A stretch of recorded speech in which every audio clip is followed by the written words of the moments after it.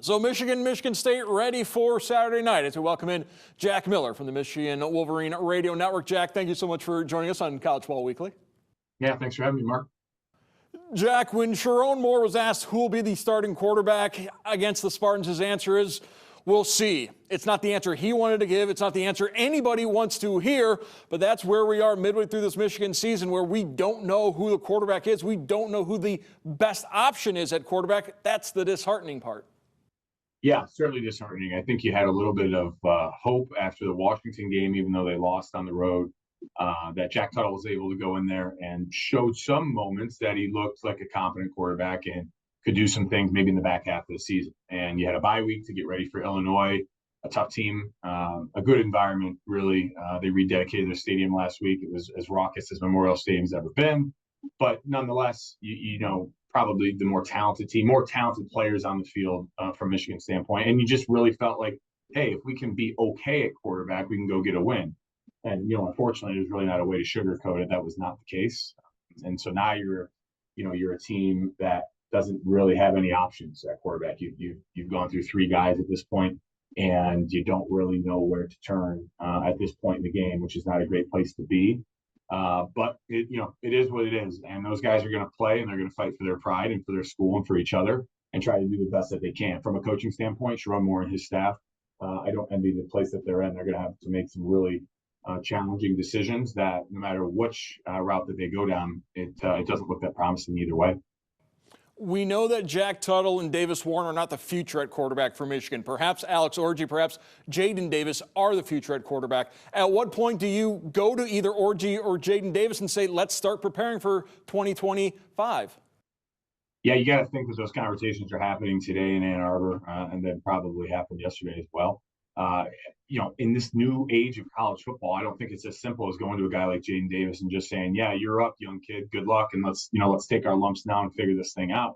Given NIL, given everything else, you got to, you're recruiting these guys all the time. And so does Jaden Davis want to blow his red shirt? Now, I know he can play 4 games, but does he want to blow his red shirt and, use up some of his media time, for lack of a better term, and scouting time for the NFL, for lack of a better term, on a team that does not look like they have all that much to play for and that's in front of them? Those are the types of things that go on behind closed doors that are very, very difficult to deal with, and nobody quite knows what the demeanor or the thought process is for those players and those coaches within Schembechler Hall. Just from the outside perspective, it's not great. So I think it's fair to say that inside the building, it can't be that great either. To a man, after the loss Saturday in Illinois and on Monday and Tuesday, we continually have heard from Michigan, it's the execution. We have to execute better. The game plan is there, the talent is there, the coaching is there, it's execution. But the question is, and the answer that nobody has is, why isn't the execution there?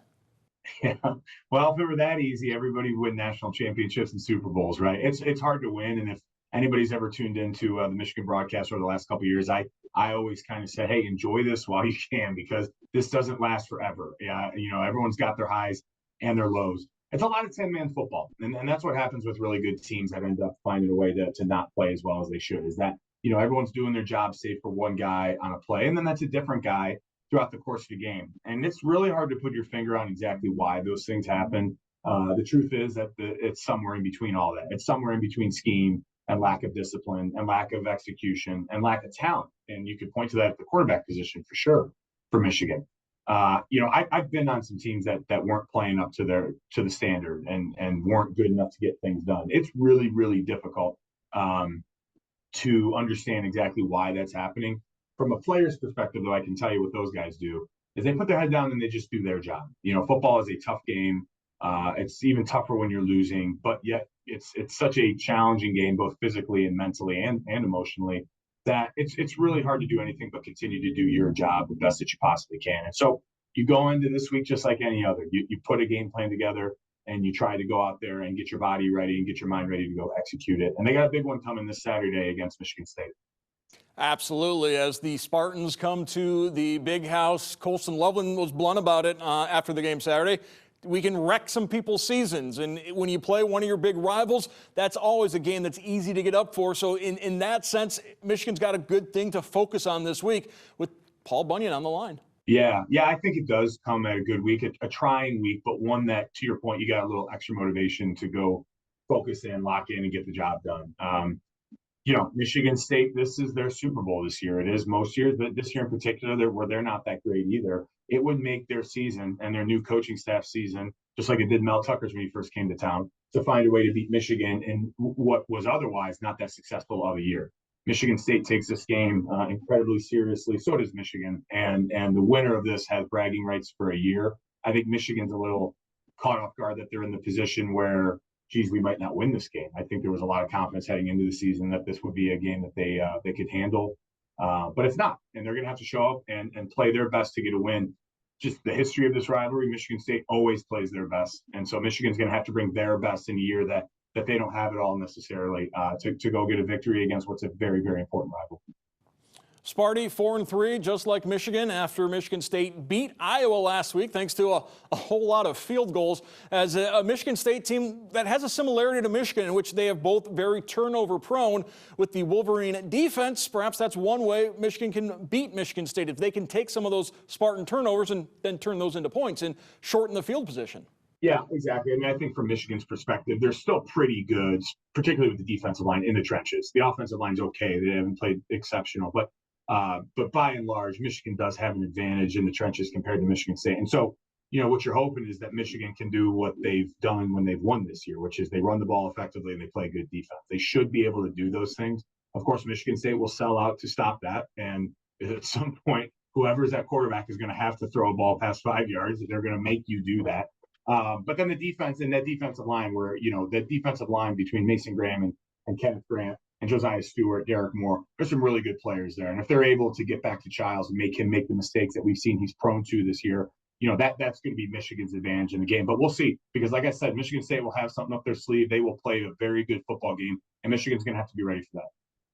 Finally, what is your favorite memory, your best memory of playing against Michigan State? Well, we were only 1-3 when I played there, Mark, so it certainly wasn't the victories. But I would say my freshman year, we ended up losing. It was a really, really good game in East Lansing, but both us and Michigan State had ridiculous alternative uniforms on, and we looked like bumblebees, and I can't remember what they had, some sort of terrible neon green. And win, lose, or draw, nobody looked all that good that day. I got to say, though, the Illinois throwback uniforms, those looked really good. Those helmets looked really good. They did a very good job of celebrating that 100th anniversary of Red Grange and everything last week in Champaign. They did a great job. You can tell that athletic department planned that out. They did a really nice job with the fans and interacting. The helmets looked great. I don't know if I'd say the jerseys look great. The stripes down the middle for big guys is a tough look, especially when they're brown and white. That is just not what a big guy wants to be wearing. But there was a lot of intricate detail in that helmet, throwback to the leather, the leather helmet days and all that. And it was a big day for Illinois. I was talking to one of their people leaving the stadium, and that's a media day, right? They're gonna have pictures and videos and all sorts of honor to that game for a while. Unfortunately, Michigan had to be on the losing side of that one, but a good day for the Fighting Illini. And now Michigan's got a chance to go against a rival and get some sort of feel good back to help put the season back on the right track as best it can be. Yeah, certainly the wide stripes aren't flattering for us big guys through the middle. No, they're not.